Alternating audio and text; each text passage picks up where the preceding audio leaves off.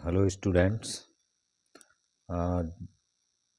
हम Gauss's law पर MCQ और पीवाईक्यू करेंगे, क्योंकि हम गॉसेस लॉ का जो कॉन्सेप्ट है वो पूरा कर चुके हैं और और वो इसमें उम्मीद है कि वो आपको अच्छी तरह से समझ में आ गया होगा।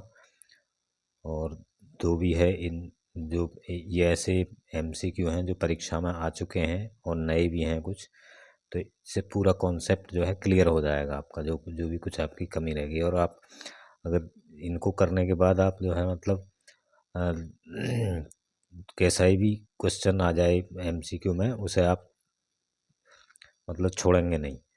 तो चलिए शुरू करते हैं। तो अगर आप नए हैं तो इसको चैनल को सब्सक्राइब कर लीजिए, लाइक करिए और कमेंट करिए। तो देखिए, फर्स्ट क्वेश्चन है the unit of electric flux is, यानी कि इलेक्ट्रिक फ्लक्स की यूनिट क्या है। Newton per coulomb, newton metre per square per coulomb, volt per metre, newton metre coulomb square. तो देखिए इसमें इसका फार्मूले से देखते हैं। ई एस यानी इलेक्ट्रिक फील्ड इनटू सरफेस।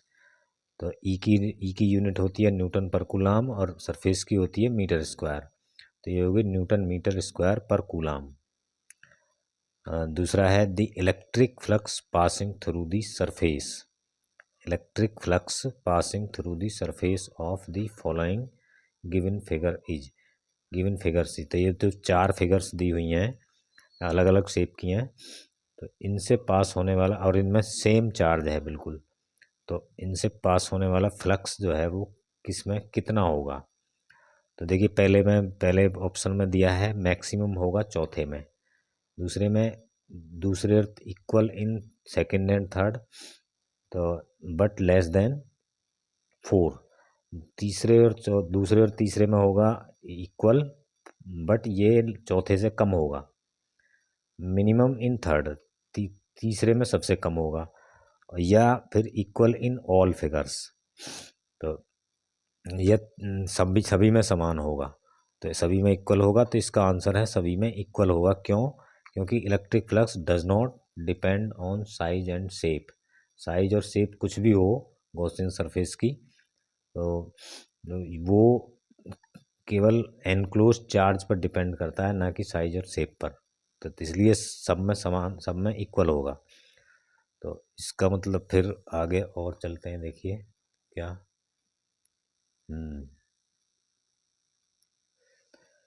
फिर है आपका तीसरा क्वेश्चन। तीसरा है there are N dipoles inside a close surface. एक क्लोज सरफेस के अंदर एन डाइपोल्स हैं। The electric flux passing through surface is. तो मान लीजिए सरफेस है, इसके अंदर बहुत सारे डाइपोल्स हैं।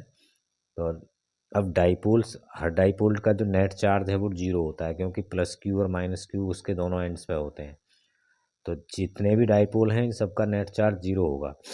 तो एनक्लोज्ड नेट चार्ज जो है जीरो है, तो इस पर जो नेट चार्ज वो आएगा इलेक्ट्रिक फ्लक्स, वो आएगा जीरो, इससे पास होने वाला।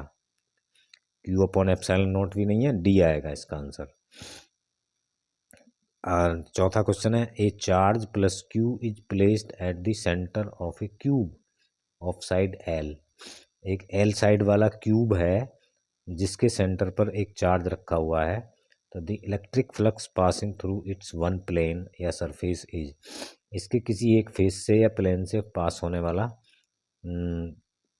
फ्लक्स कितना होगा। तो ये इसके सभी फेस, 6 फेसेस होते हैं इसमें, तो सभी फेस इक्वल होते हैं इस स्क्वायर शेप के। तो जितना इसका वो है प्लस क्यू अगर चार्ज रखा है, तो यहाँ पे क्यू चार्ज रखा है, तो इससे टोटल फ्लक्स जो होगा क्यू अपॉन एप्सिलॉन नॉट होगा।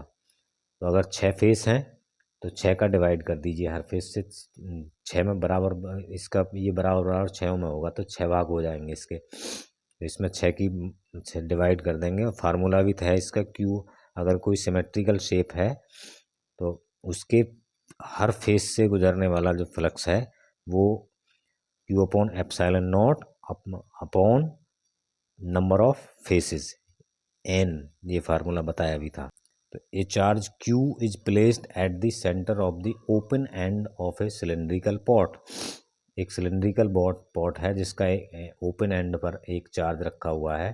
The electric flux passing through the surface of the pot, इसके सरफेस से पास होने वाला फ्लक्स कितना है। तो देखिए क्या है, देखिए 0 Q/ε0, Q/2ε0, 2Q/ε0। तो अब इसके जब सरफेस से तो इलेक्ट्रिक फ्लक्स तभी पास होगा जब इसमें चार्ज होगा, तो चार्ज तो इसमें है नहीं, बट इसके जो ओपन एंड पर चार्ज रखा हुआ है उसकी जो इलेक्ट्रिक फील्ड लाइंस हैं उसके ड्यू टू, तो वो कुछ आधी बाहर को होंगी, आधी वही भीतर को। ठीक है, तो आधा फ्लक्स अंदर जाएगा, आधा फ्लक्स बाहर। तो अंदर वाला जो फ्लक्स है वही सरफेस से पास होगा इसके। तो इसलिए इस पर जो है जो टोटल फ्लक्स होना चाहिए Q/ε0, उसका आधा ये होगा, क्योंकि इलेक्ट्रिक फील्ड लाइंस जो है इक्वली डिस्ट्रीब्यूट हो जाएंगी आउटसाइड एंड इनसाइड।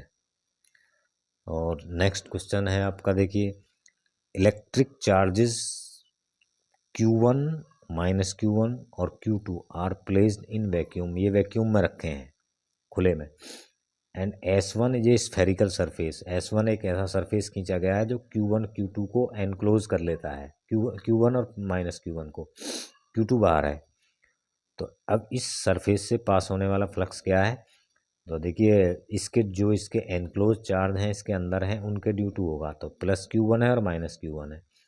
अब ये दोनों एक दूसरे को कैंसिल कर देंगे, एक प्लस का एक माइनस का है, तो नेट चार्ज एनक्लोज कितना हुआ 0, और तो पास फ्लक्स थ्रू द सरफेस कितना हुआ 0, तो इसके ड्यू टू नहीं होगा।